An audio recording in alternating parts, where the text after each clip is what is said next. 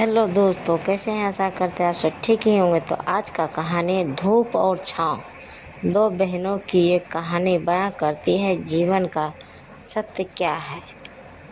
तो यह छोटी सी कहानी हमारी ज़िंदगी में एक अच्छी सी रोशनी लेकर आने वाली है। तो ये कहानी अंत तक सुने दोस्तों। तो कहानी सुनाने से पहले कमेंट बॉक्स में लिखें जय माता दी, हर हर महादेव।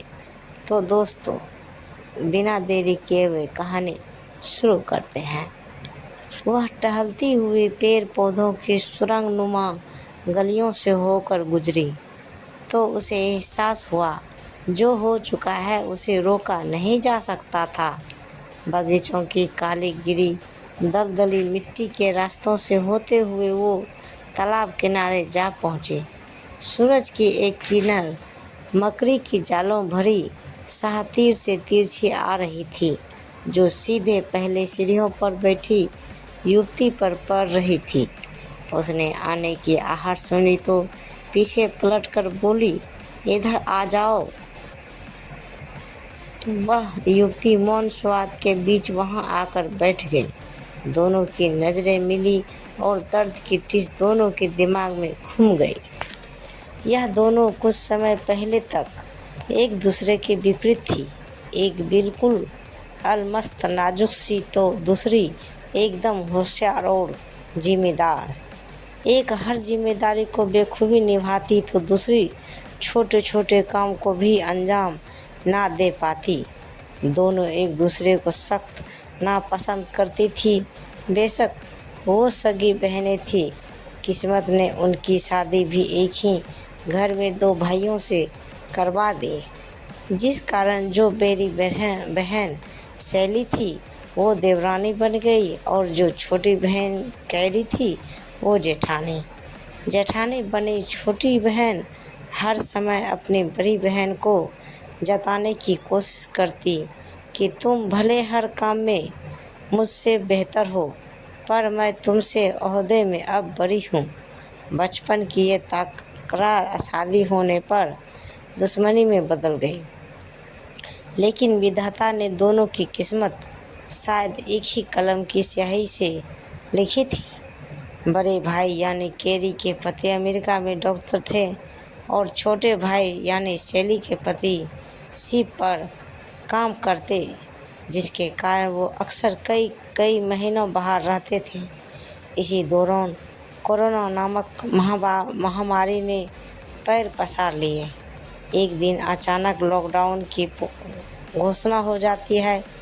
उस समय दूसरी वाली बहन अमेरिका से भारत आई हुई थी। लॉकडाउन के शुरुआती दिनों में वो अपने पतियों के संपर्क में थी। फिर अचानक दोनों का अपने पतियों से संपर्क नहीं हो पाता है। एक दिन अमेरिका से फ़ोन आता है कि केरी की पति ड्यूटी के दौरान इलाज करते हुए कोरोना से संक्रमित हो गुजर गए। कैरी को जब यह सूचना मिली तो हमेशा अलमस्त रहने वाली लड़की उसके बाद से एकदम चुप लगा गई। वो हर समय रोती रहती।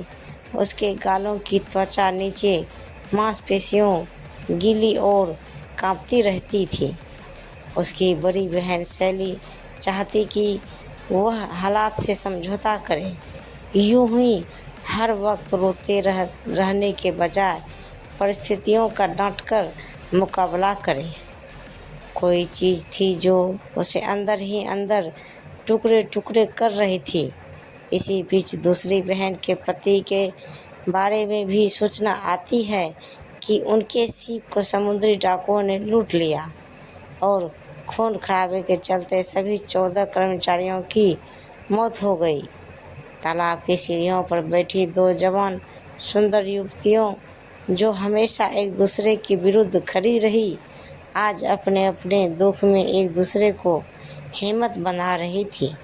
दोनों के पतियों की मौत की खबर एक के एक बाद आई। इस हादसे की खबर चारों तरफ शहर में फैल गई।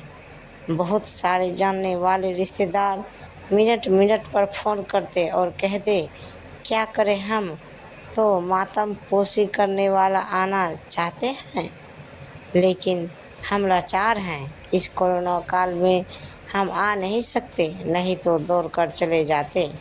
अब उन्हें कौन समझाता। मरने वाला यहाँ नहीं, 7 समुंदर पार मरे हैं और दोनों बहनें स्वस्थ हैं। लेकिन कोरोना के भय के चलते लोग वापस की संवेदनाओं को भूल गए थे। सारे नाते रिश्ते फ़ोन पर ही सारी हमदर्दी जता देना चाहते थे। दोनों बहनें अपने इस भरी दुख के पल में परिस्थितियों को याद करते हुए अकेला रहना चाहती थी, जो अब तक एक दूसरे की दुश्मन बनी बैठी थी।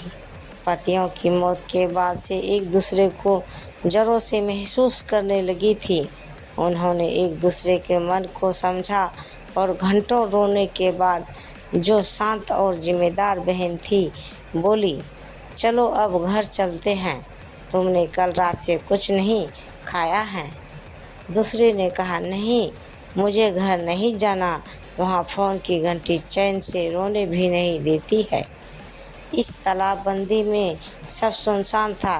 कभी इंसानी वजूद से भरा ये पार्क आज सिर्फ पक्षियों के कोलाहल से भरा था, से सन्नाटा था।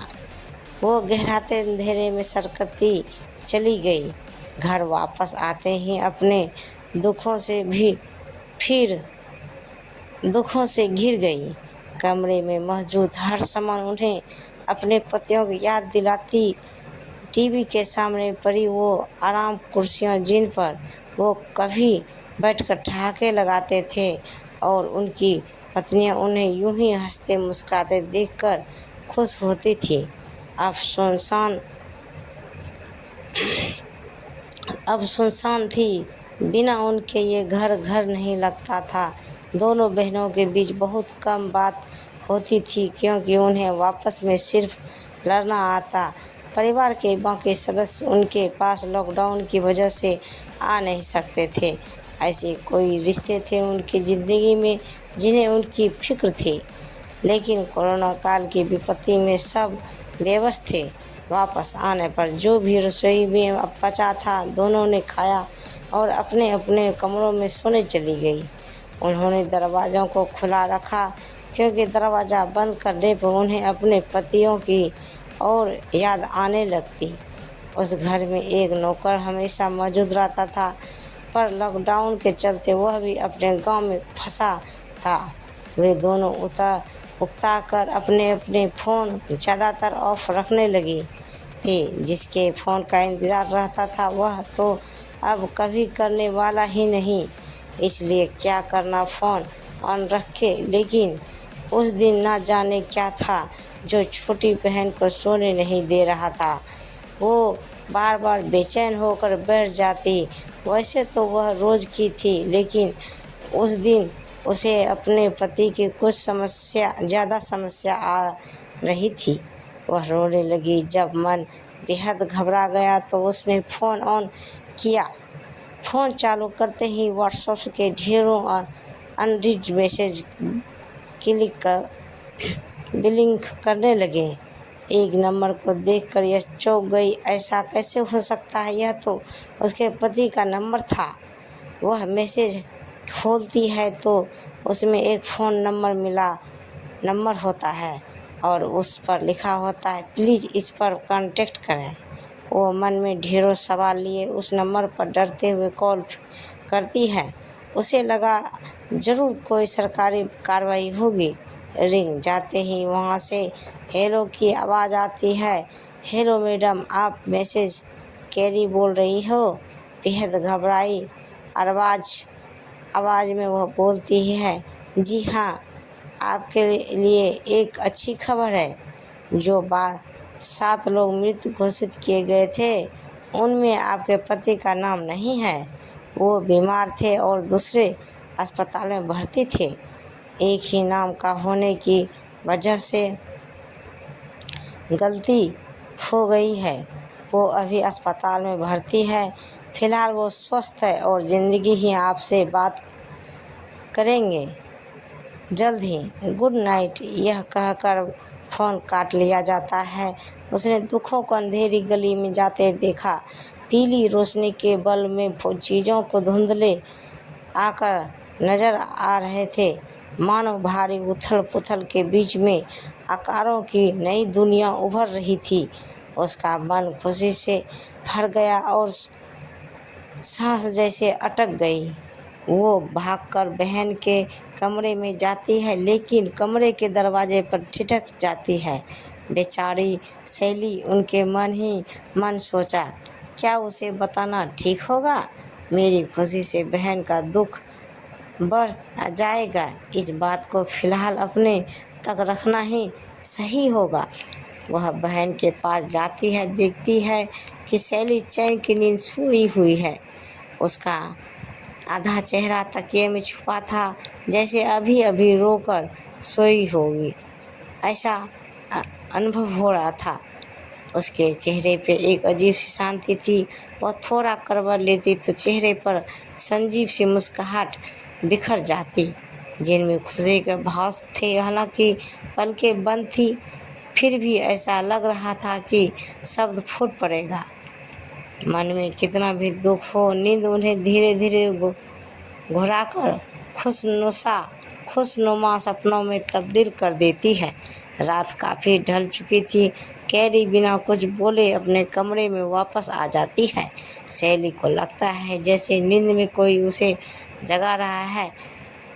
नींद की खुमारी में कैरी को जाते देखती है तो वह बैठती है। सॉरी कैरी, मैं इतनी खुश हूँ कि बयां करना मुश्किल है। तुम मुश्किल से हालात को समझौता करके संभली हूँ।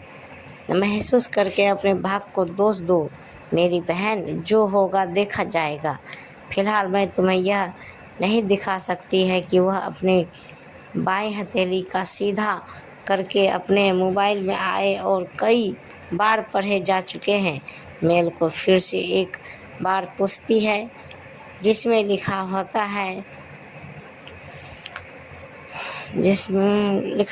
है प्रिय शैली, आपसे संपर्क करने की बहुत कोशिश की गई, लेकिन आपका मोबाइल हमेशा बंद रहता है।